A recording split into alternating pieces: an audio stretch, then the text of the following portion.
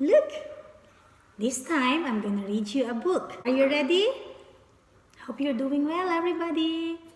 This is our story for today, Giddy the Great, by Jamie Ricks and Lynn Chapman. This is Giddy. Giddy is a goat. The Giddy goat climbed everything. Small hills, leaning trees, stone walls, and even a craggy old ram called Ramilus. And everywhere that Giddy climbed, his best friend Edmund climbed too. This is Edmund.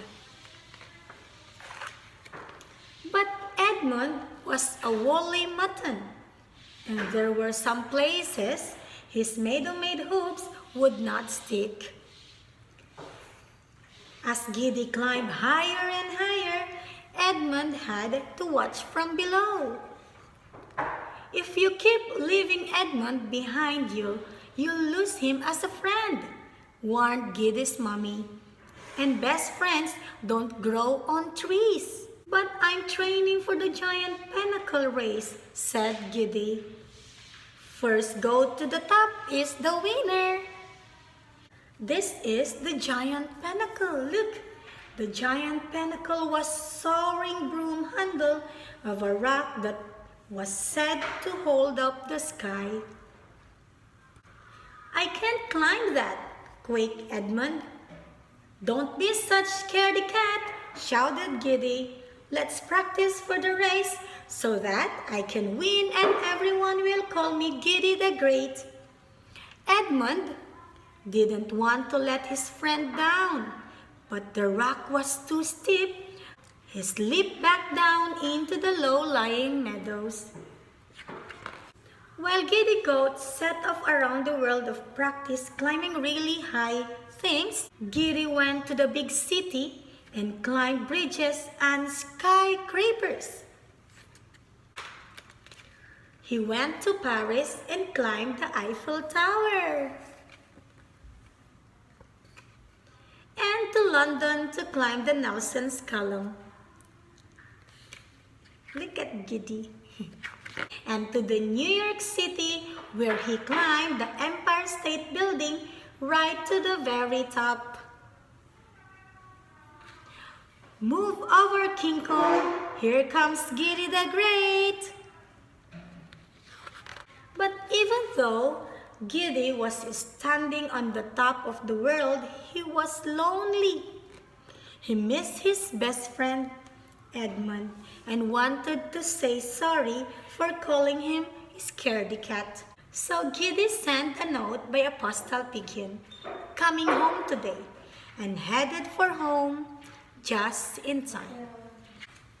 Edmund was waiting for him with exciting news.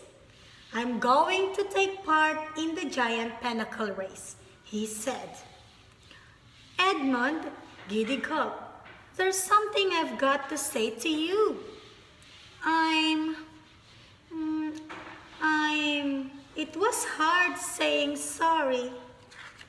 I'd like to welcome Edmund, the old goat said, as the first mutton ever to climb the giant PINNACLE. Brave boy, first one to the top wins, he shouted. Go! There was a mud rush. Giddy was the first one to arrive, skittering up the mountain, scraggy-faced like a fly. The other goats were close behind, but Edmund trailed in last. Are you all right? Shouted Giddy. Don't worry about me, said Edmund, but he was stuck. Uh-oh, look. Giddy knew what he had to do. With only inches to go before the finishing line, Giddy turned and leaped back down the mountain. Look. What are you doing? Shouted Edmund. You are winning, but I have won, said Giddy. Edmund looked puzzled. How do you mean? I may have lost the race, said Giddy, but I found my best friend again. Later that night, while the moon played peekaboo with the mountain, the goats and the muttons threw a party to celebrate the race. Romulus the Rumjum and Puffing the Pubbly rocked the stars with their alpine horns, while Giddy and Edmund sat by the fire and talked. And they're eating marshmallow as well. "Thank you for saving me," said Edmund. "You are Giddy the Great after all." "Not always," said Giddy. "Sometimes I can be rather selfish."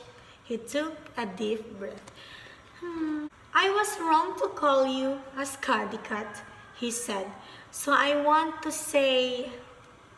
"What I'm trying to say, Edmund?" "What I'm trying to say is that I'm silly," said Edmund. "No," giggled Giddy. I'm sorry." And once he had said that, Giddy Goat really did feel great. Thank you for listening, guys.